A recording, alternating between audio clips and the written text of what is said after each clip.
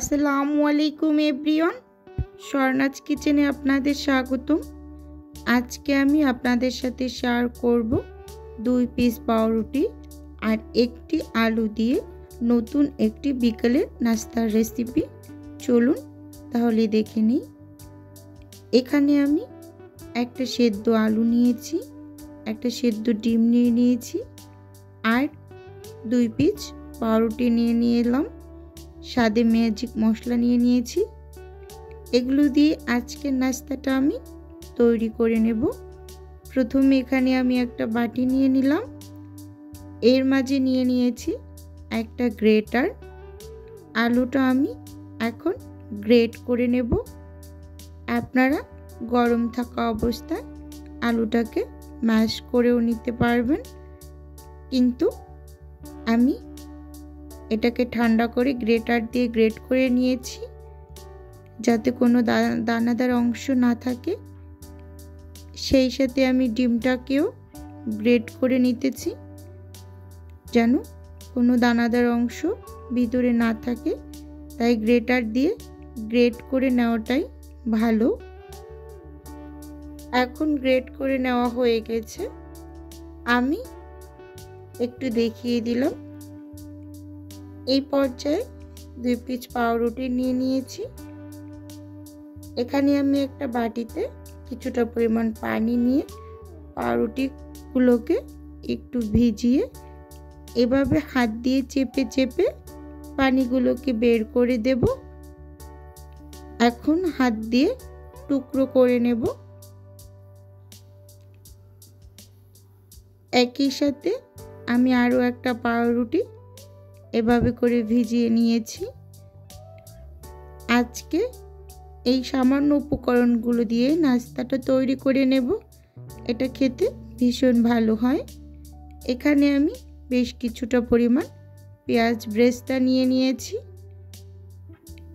একটা কাঁচামরিচ কুচি করে নিয়েছি, স্বাদ মতো লবণ দিয়ে দিচ্ছি।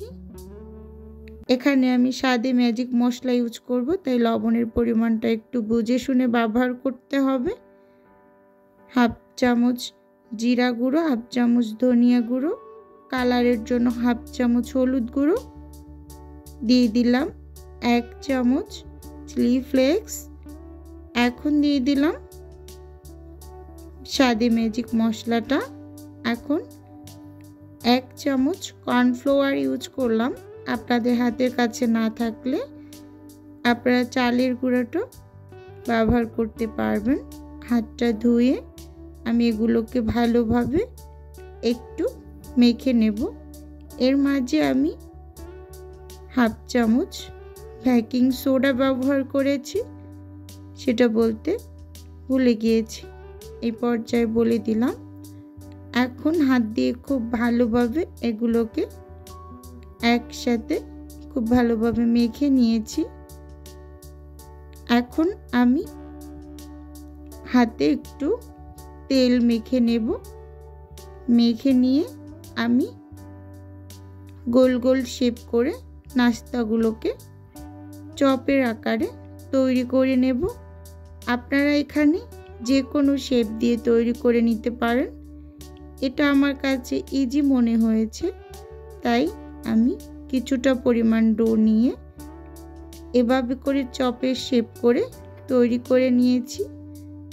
দেখুন দেখতে কত সুন্দর হয়েছে। এভাবে করে নিয়েছি, এক এক করে সবগুলো নাস্তা তৈরি করে নিয়েছি। এখন এগুলোকে আমি ভেজে নেব। চুলোতে পর্যাপ্ত তেল গরম করে নিয়েছি। তেলটা মোটামুটি বেশ ভালো গরম থাকা অবস্থায় এগুলোকে দিয়ে দেবেন। হালকা গরম থাকা অবস্থায় কখনোই কোনো আলু দিয়ে তৈরি নাস্তা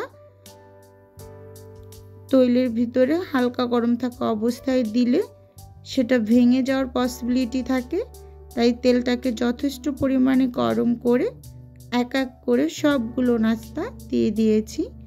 এখন পছন্দ মতো কালার আসা পর্যন্ত অপেক্ষা করে আমি এগুলোকে উল্টে পাল্টে খুব ভালোভাবে ভেজে নেব। সেই সাথে আমার ভিউয়ার্স আপু এবং ভাইয়াদের উদ্দেশ্যে একটাই অনুরোধ, প্লিজ ভিডিওটা না টেনে সম্পূর্ণটা দেখার অনুরোধ রইল। আর ভিডিওর কোনো অংশ যদি ভালো লেগে যায় তাহলে প্লিজ চ্যানেলটি সাবস্ক্রাইব করে আমার পাশে থেকে যাওয়ার অনুরোধ রইল। এখন নাস্তাগুলোকে ভেজে আমি তুলে নিচ্ছি। তুলে নেওয়ার পর একটু সার্ভ করে দেখিয়ে দিচ্ছি এটা দেখতে কতটা সুন্দর হয়েছে এবং খেতে মাশাআল্লাহ খুবই ভালো হয়েছিল।